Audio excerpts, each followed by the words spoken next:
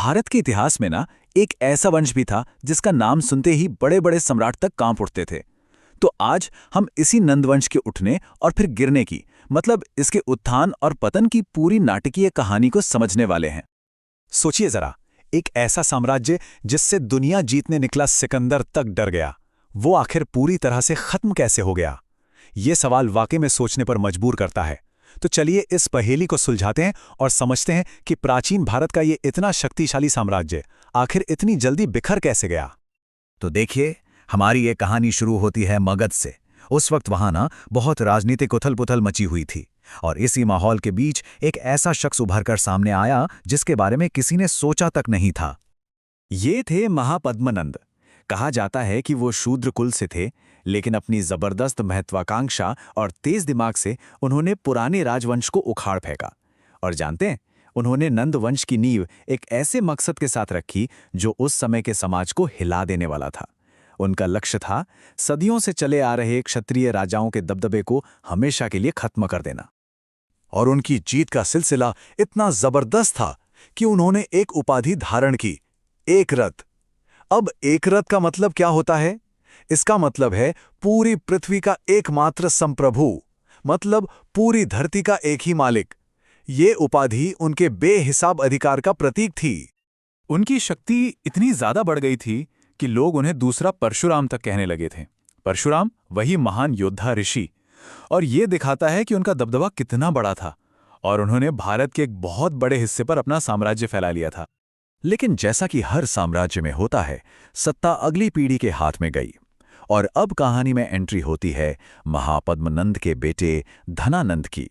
और जैसा कि नाम से ही जाहिर है, धन आनंद, मतलब जिसे धन में ही आनंद मिले, वो दौलत का ही प्रतीक था।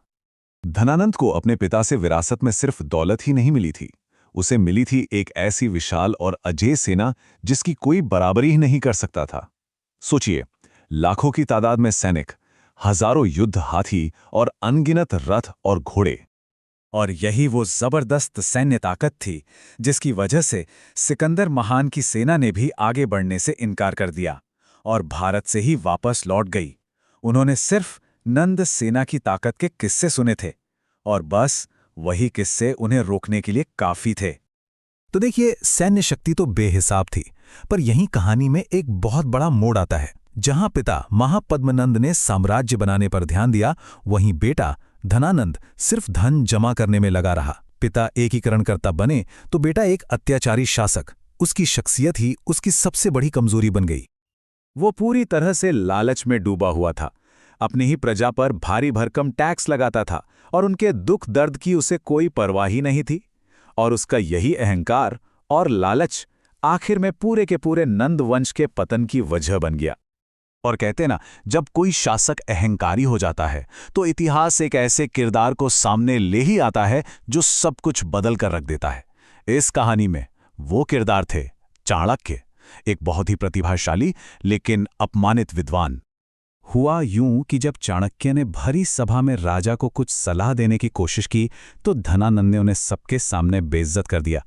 और सत्ता के नशे में धनानंद ने ये एक ऐसी भूल कर दी जिसकी कीमत उसे अपने पूरे साम्राज्य को खोकर चुकानी पड़ी।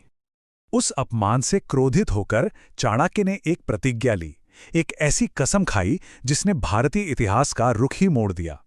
उन्होंने कहा, जब तक मैं इस नंद वंश को जड़ से उखाड़ कर नष्ट नहीं कर देता, तब तक मैं आराम नहीं करूंगा।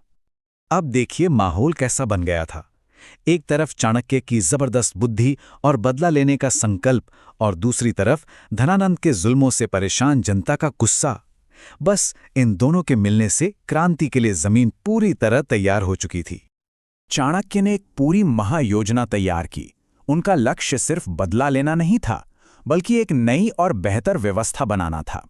इसके लिए उन्होंने सबसे पहले एक योग्य नेता को ढूंढा। फिर उन्होंने चंद्रगुप्त मौर्य नाम के काबिल नौजवान को अपना शिष्य बनाया, उसे हर तरह से तैयार किया और राजा के खिलाफ लोगों के गुस्से का इस्तेमाल करके नंद शासन को जड़ से उखाड़ फेंकने का पूरा प्लान बनाया।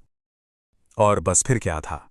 जो कहानी महापद्मनंद के साम्राज्य बनाने से शुरू हुई थी, वो धनानंद के अहंकार, चाणक्य के अपमान और उनकी प्रतिज्ञा से होते हुए चंद्रगुप्त के सफल विद्रोह पर आके खत्म हुई।